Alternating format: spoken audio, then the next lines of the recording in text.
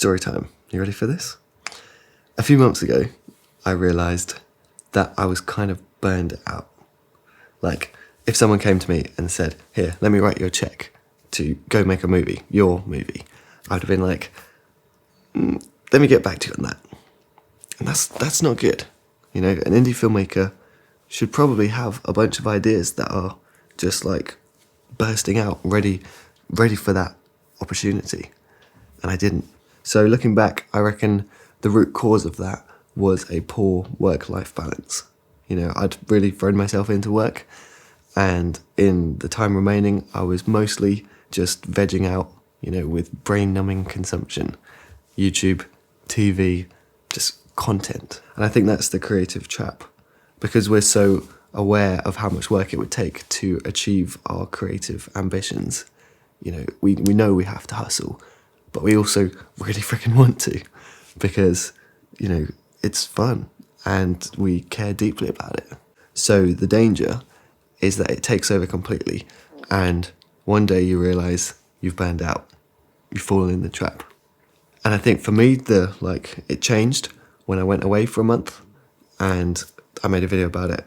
It's linked up there if you're interested. But the short version is that we met so many new people, and I spent a lot of time not working. And crucially, the Wi-Fi was patchy enough that I even managed to get a detox from all that consuming of content. And, you know, it was like coming back down to earth. So since then, I've been making an effort to say yes to as many social, non-work related things as possible. And, you know, like going home over the holidays was so good. Having time with friends and family. And I've actually been to see some of them in their different cities recently, which is very out of character for me, but so good to do.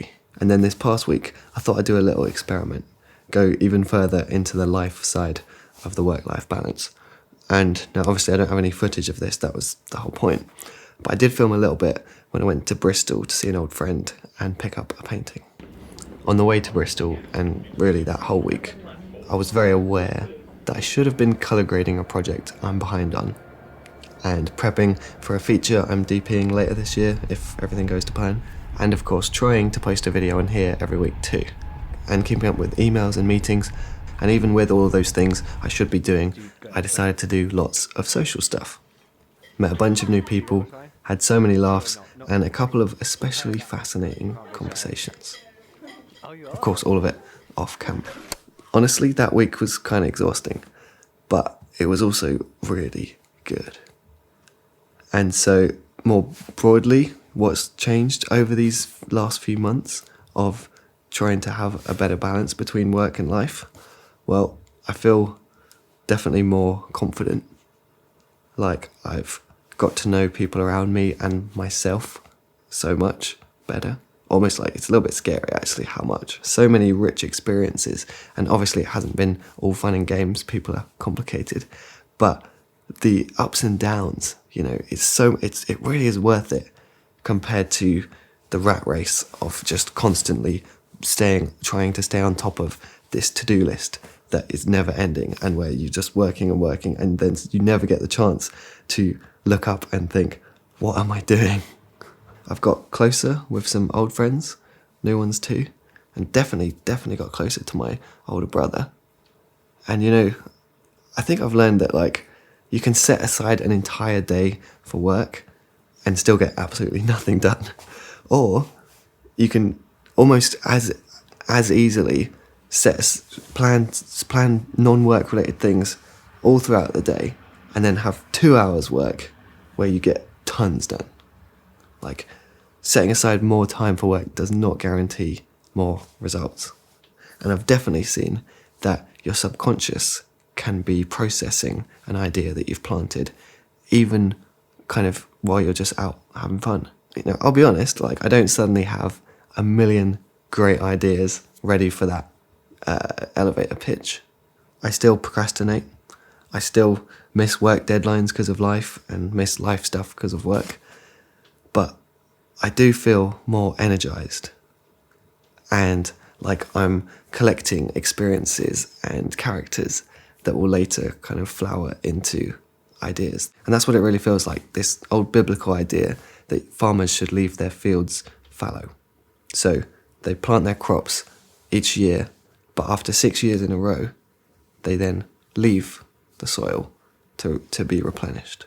You know, you leave it for animals to come in and to fertilise it, let the bugs do what they want, let the weeds grow. And yeah, that year, the farmer produces nothing from that field.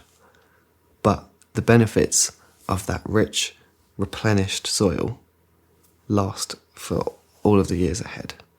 But it's not easy to remember that. You know, it's easy to get caught up in the romantics of a creative who sacrifices everything for their work and the glory of hustling every day. And I definitely feel that pressure to succeed, and as soon as possible, for some reason. But what's the rush? That's what I've been trying to tell myself. Have patience. Don't burn yourself out. Sure, learn things and make stuff. Get excited about work. But you don't have to cut yourself off from everything else. I don't know how much of this is relevant or relatable to you, but I'd definitely like to hear your thoughts, because I have a feeling that it's something we're going to be just trying to figure out for our entire lives. So if you want to write some thoughts down below about trying to strike the balance, walk the line between work and life, please do, because I know I'd appreciate it, and I think other people would too. Alright, I'll see you next week. Maybe.